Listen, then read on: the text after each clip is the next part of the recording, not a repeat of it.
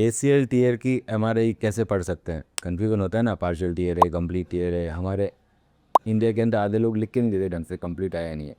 सो उसके लिए जानना ज़रूरी है बेटा कि नॉर्मल ACL कैसा दिखता है और टूटा हुआ कैसे दिखता है। ये हमारा नॉर्मल ACL है, दिख रहा है ACL बना हुआ।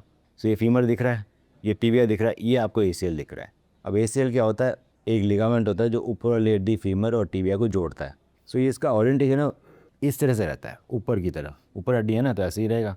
अब ये जब अच्छा होता है, इंटैक्ट होता है, तो ये क्या करता है, नीचे वाली टिबिया को आगे नहीं आने देता।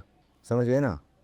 ये अगर जुड़ा हुआ होगा तो नीचे वाली हड्डी आगे नहीं आएगी, ये टूट जाएगा तो ये आगे आएगी।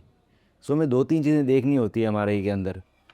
तो अगर मैं ऊपर वाली हड्डी के एंटीरियर कॉर्टेक्स से लाइन नीचे लाऊं ऐसे, तो तेरे को टिबिया पीछे दिखाई दे रही है ना, दे रही है ना पीछे। अब अगर टूटा हुआ ACL होगा ना, तो ये टिबिया आगे आ जाएगी और ये ढंग से दिखाई नहीं देगा। अब मैं दिखाता हूँ आपका MRI।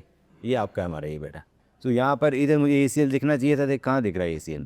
नहीं है ना दोनों जगह। कहाँ है धागा? है ही नहीं, धागा टूट गया।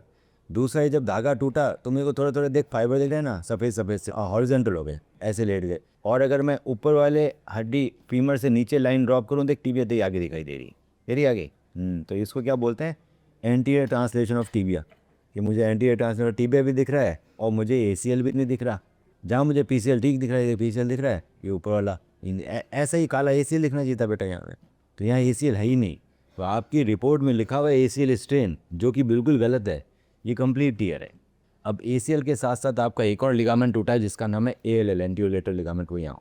सो 2 लिगामेंट टूटे हैं, मैं दोनों बनाऊंगा। सबसे मजबूत बनेगा वो बनेगा क्वाड्रिसेप्स का।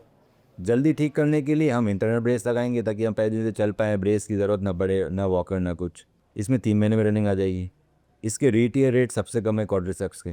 पेन कम करने के लिए हम फ्लिप कटर यूज़ करेंगे ताकि आपको दर्द ना हो, इसको ऑल इनसाइड बोलते हैं। और ALL मैं करूँगा LET से। रिहेबिलिटेशन हम गाइडेंस में रखेंगे। 3 महीने में रनिंग आ जाएगी, 5 से 10 दिन में ठीक होता होगा। इसकी सर्जरी कॉस्ट थोड़ी ज़्यादा पड़ती है, पर